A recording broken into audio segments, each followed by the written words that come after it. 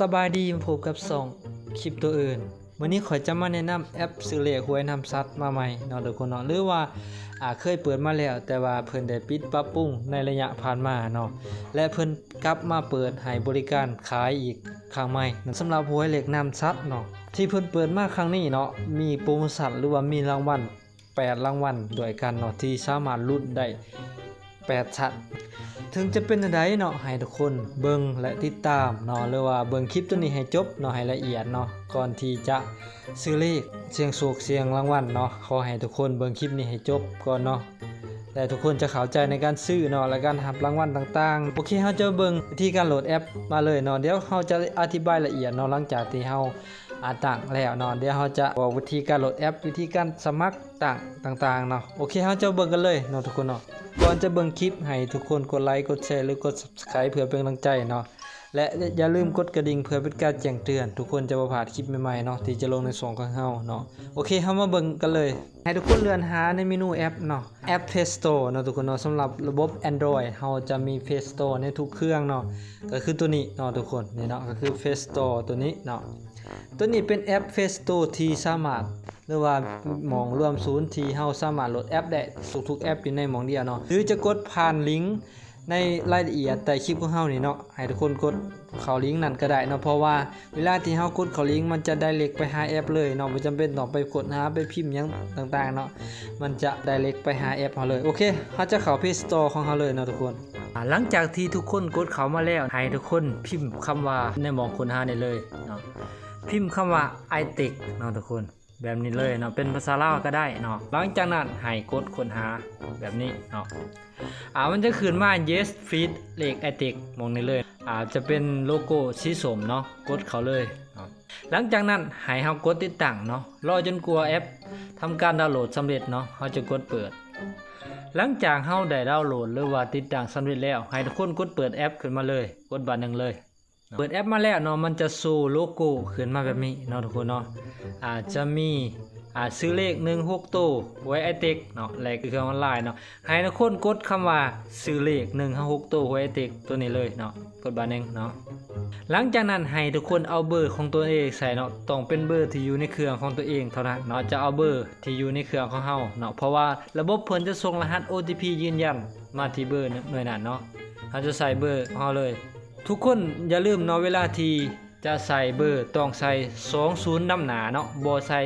020และบ่ใส่เบอร์โทรเลยต้องใส่20ก่อนเนาะแล้วจึงใส่เบอร์โทรของเฮาหลังจากเฮาใส่เบอร์แล้วตรวจสอบอย่างละเอียดว่าเบอร์ของเฮาถูกต้องแล้วให้ทุกคนกดคำว่ารับ OTP มันจะส่งรหัส OTP มาที่ข้อความของเฮาเนาะถ้าว่าทุกคนบ่เห็นมันเด้งขึ้นแบบนี้ให้ทุกคนไปกดเลยเนาะเฮากดใส่เลย0657เนาะ35เนาะทุกคนเนาะถ้าว่าบ่เห็นข้อความเด้งมาแบบนี้ให้ทุกคนเข้าไปเปิดอยู่ในข้อความของเฮาเนาะโอเคยืนยันเลยเนาะ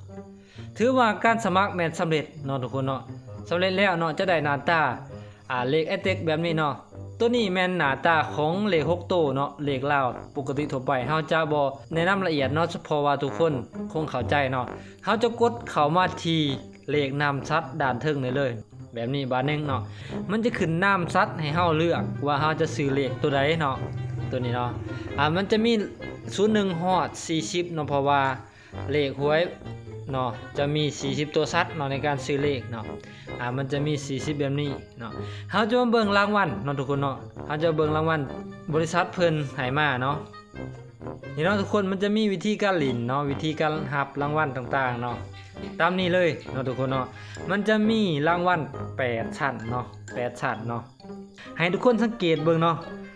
ถึกเลี่ยงก็ได้เนาะถึกเลี่ยงเนาะทั้งเทิงนี่เนาะทุกคนถึกเลี่ยงเนาะ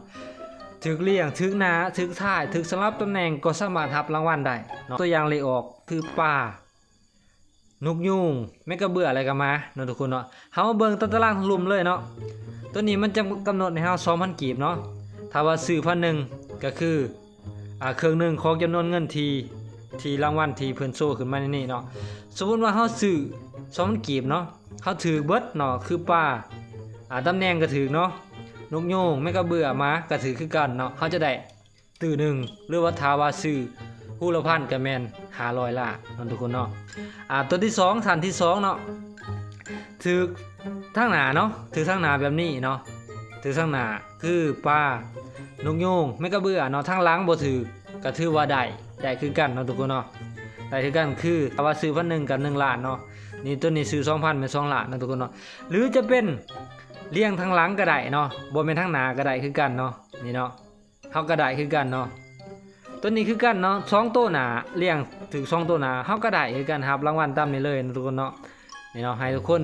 สามารถอ่านได้เนาะถือว่า8ชั้นถือว่าคุ้มสุดๆเนาะสามารถโอกาสที่จะถือแม่นหลายกว่าทุกคนเนาะโอเคเราจะมาลองซื้อให้ทุกคนเบิ่งเนาะจะซื้อมีแต่4ตัวขึ้นไปเนาะ4ตัวอยากซื้อน้ำซัดได้ก็สามารถคลิกได้เนาะตัวอย่างก็ซื้อนกยูงเนาะทุกคนเนาะนกยูงสร้างเนาะเฟิงกบเนาะแล้วก็กดเพิ่มเนาะเพิ่มแบบนี้เลยทุกคนเนาะลองกดต่อไปเนาะขี้เข็บเนาะไก่เนาะปลาใหญ่เนาะทุกคนเนาะหนูเนาะ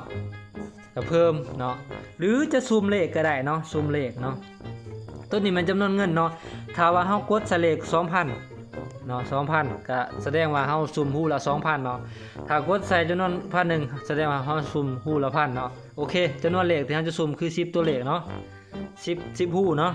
กดตกลงไปเนาะมันจะขึ้นมาแบบนี้เลยเนาะคนเนาะนี่เนาะขึ้นมาแบบนี้เลยเนาะโอเคเนาะเฮาจะกดชำระเงินให้ทุกคนเบิ่งเนาะในขั้นตอนตัวนี้สำคัญที่สุดเนาะทุกคนเนาะตอนที่กดชำระเงินเนาะตัวนี้เฮาจะใส่เลขรหัสแนะนำตัวนี้เนาะถ้าว่าทุกคนบ่ใส่เนาะทุกคนอาจจะบ่ได้เงินคืน 10% ในทุกต้นเดือนที่เพิ่นจะโอนให้เฮาเงินคืน 10% เนาะทุกคนเนาะย้ำเนาะทุกคนต้องใส่รหัสตามนี้เลยเนาะถ้าว่าคนใดบ่ใส่อาจจะบ่ได้เงินคืน 10% เนาะเพราะว่าเพิ่นจะโอนให้เฮาในต้นเดือนเนาะตัวนี้เนาะตัวนี้สำคัญที่สุดเนาะให้ทุกคนใส่ตามนี้เลยเนาะคือ16เนาะหรือว่า16เนาะ90เนาะ2219เนาะทุกคนเนาะเป็นเลขตัวนี้เนาะเป็นเลขรหัสเลขแนะนำนี่ทุกคนต้องใส่เนาะถ้าว่าบ่ใส่อาจจะบ่ได้เงินคืนเนาะคือ 10% เนาะในทุกต้นเดือนเพิ่นจะโอนให้เฮาโอนเข้าบัญชีที่เฮาซื้อเลขเนาะคือตัวนี้เพิ่นจะโอนให้เฮาเลยเนาะโอเคเนาะหลังจากที่ทุกคนใส่แล้วเนาะคือ16902219เนาะตัวนี้อย่าลืมเด็ดขาดเนาะย้ำอีกบัดนึงเนาะหลังจากนั้นให้กดชำระผ่าน BC One เลยเนาะโอเคหลังจากที่เฮาชำระสำเร็จเรียบร้อยแล้วเนาะเฮาจะได้บินแบบนี้นะทุกคนเนาะก็คือเฮาซื้อ 12,000 กีบเนาะก็ตามนี้เลยเนาะเลขบินเลขหยังก็ตามนี้เนาะนี่เนาะทุกคนเฮาซื้อมาแล้วเนาะเลขที่เฮาได้พิมพ์เองก็คือ2โตเนาะเลขที่ระบบเพิ่นซุ่มให้ก็10โตเนาะสมมุติว่าเนาะทุกคนเนาะเฮาจะเบิ่งอีกบัดนึงเนาะสมมุติว่าเนาะเฮาเบิ่งเลขตำรับที่1เลยเนาะคือ4 13 16 24เนาะถ้าว่าเนาะผลออกมันออกตามนี้เลยเนาะ4 13 16 24แสดงเฮาถือเลขก็คือ500ล้านเนาะตัวนี้เนาะแต่ว่าเนาะถ้าว่าเฮาซื้อมา4 13 16ตัวทางหลังตัวนี้เป็นเลขอื่นเฮาก็ได้เงินคือกันเนาะเฮาจะได้1ล้านกีบเนาะถ้าว่าซื้อ1เนาะเป็นเลข2โตเนาะเรียงข้างหน้า04 13เนาะทั้งนี้เจ้าบ่ถือเนาะทั้งนี้บ่ถือทั้งถ่ายบ่ถือ2โตเฮาก็ได้คือกันเฮาจะได้100,000กีบถ้าว่าเฮาซื้อ1,000เนาะแต่เนาะถ้าว่าเฮาถือตัวเดียวทางหน้าเนาะทางหลังบ่ถือกะยะเนาะเฮาก็ได้20,000กีบถ้าซื้อ1,000เนาะแบบตัวต่อมาเนาะถ้าว่าทางหลังเนาะทางหลังเฮาเรียนตามที่เลขออกเนาะสมมุติว่า24 16 13ทางหน้าบ่ออกแสดงเฮาก็ได้1ล้านคือเก่าเนาะแบบเดียวกันเนาะทุกคนเนาะตัวต่อมาคือกัน24 16ทางหน้าบ่ถือแต่ว่าทางหลังถือเฮาก็ได้คือเก่าคือกันเนาะทุกคนเนาะแบบเดียวกันทางหน้าเพียงแต่ทางหน้าทางหลังเท่านั้นเนาะและในรางวัลสุดท้ายเนาะถือว่าคุ้มสุดอีกเนาะทุกคนเนาะเพิ่นให้มาเนาะสมมุติว่าผลออก14 13 16 14เนาะแต่มันสลับตำแหน่งเนาะอยู่ตำแหน่งใดก็ได้เนาะทุกคนเนาะแต่ว่าต้องมีครบในจำนวนที่มันออกคือ14 13 16 14เฮาจะได้10ล้านกีบเนาะถ้าว่าซื้อ1,000เนาะทุกคนเนาะก็ประมาณนี้เนาะทุกคนเนาะสำหรับเลขนำสัตว์ถือว่าโอกาสที่เฮาจะถือแม่นมีสูงเนาะทุกคนเนาะทุกคนใดเนาะถ้าว่าบ่เข้าใจเนาะสามารถคอมเมนต์ใต้คลิปนี้ได้เนาะแล้วเปลี่ยนบทเรียนนำกันเนาะสิ่งสำคัญที่สุดเนาะทุกคนเนาะถ้าว่าทุกคนใดอยากได้รับเงินคืน 10% เนาะในทุกเดือนเนาะเพิ่นจะโอนเงินให้เนาะต้องใส่รหัสแนะนำตัวนี้เนาะ 1690เนาะ2219เนาะทุกคนเนาะโอเคเฮาตกลงเลยเนาะเฮาจะเบิ่งบินอยู่หมองนี้ก็ได้เนาะทุกคนเนาะเบิ่งบินหมองนี้เนาะนี่เนาะกดใส่เลขน้ำซัดเนาะนี่เนาะนี่เนาะทุกคนเนาะนี่คือบินของเฮาเนาะโอเคเนาะสำหรับการซื้อเลขน้ำซัดเพิ่นเปิดใหม่เนาะเปิดใหม่หลังจากที่ปิดระยะผ่านมาเนาะผ่านมาเพิ่นระยะหนึ่งเพิ่นปิดปรับปรุงเนาะก็ออกคล้ายๆกับเลขลาวเนาะทุกคนเนาะออกวันจันทร์วันพุธแล้วก็วันศุกร์เนาะสำหรับเพื่อนๆคนไหนเนาะถ้าบ่เข้าใจหม่องใดสามารถคอมเมนต์ใต้คลิปนี้ได้เนาะก่อนจากกันไปขอคน1ไลค์1แชร์หรือว่า1 Subscribe เพื่อเป็นกำลังใจเนาะและอย่าลืมกดกระดิ่งเพื่อเป็นการแจ้งเตือนทุกคนจะบ่พลาดคลิปใหม่ๆเนาะที่จะลงทั้งสองเฮาเนาะขอขอบใจ